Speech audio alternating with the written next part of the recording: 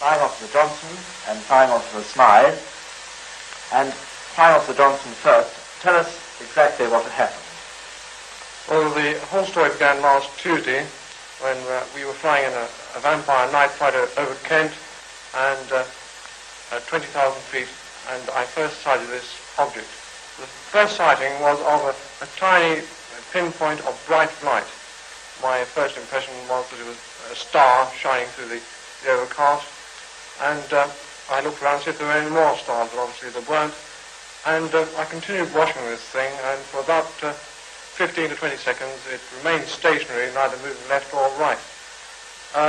After this time, the thing obviously was moving towards us, and before it reached the overhead position, I nudged my navigator, Flying Officer Smythe, to have a look up.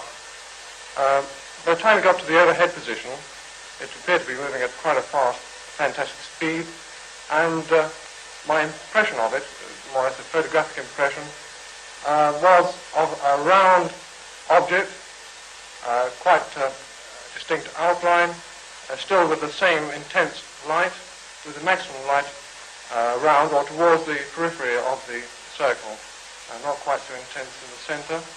The size, the only thing I can compare it with is the sun or the moon, and I have said that the size was approximately half to three-quarters of the size of the moon.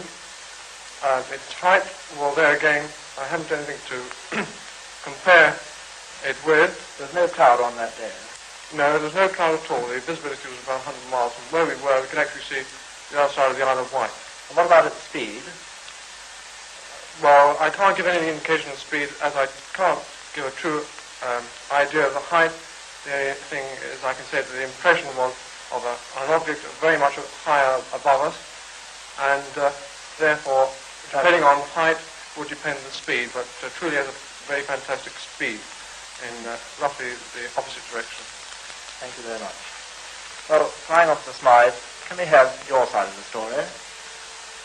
Well, I was rather busy at the time, and I didn't see anything until the pilot told me to look up.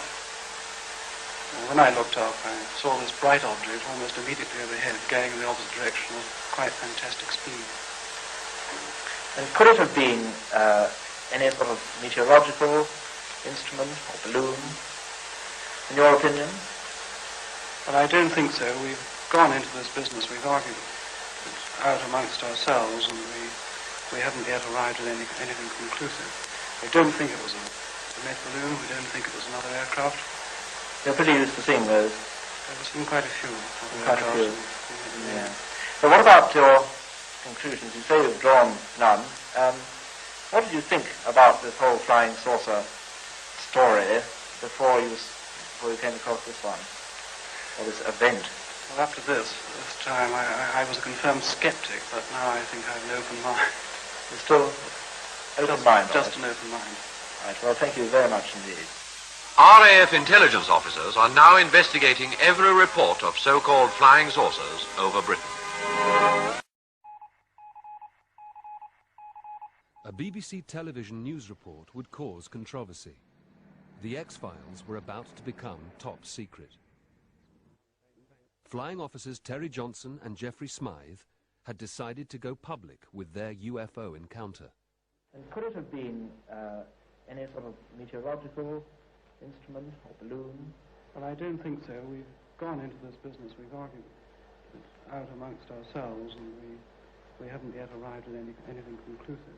What did you think about this whole flying saucer story, or this event? Well, up to this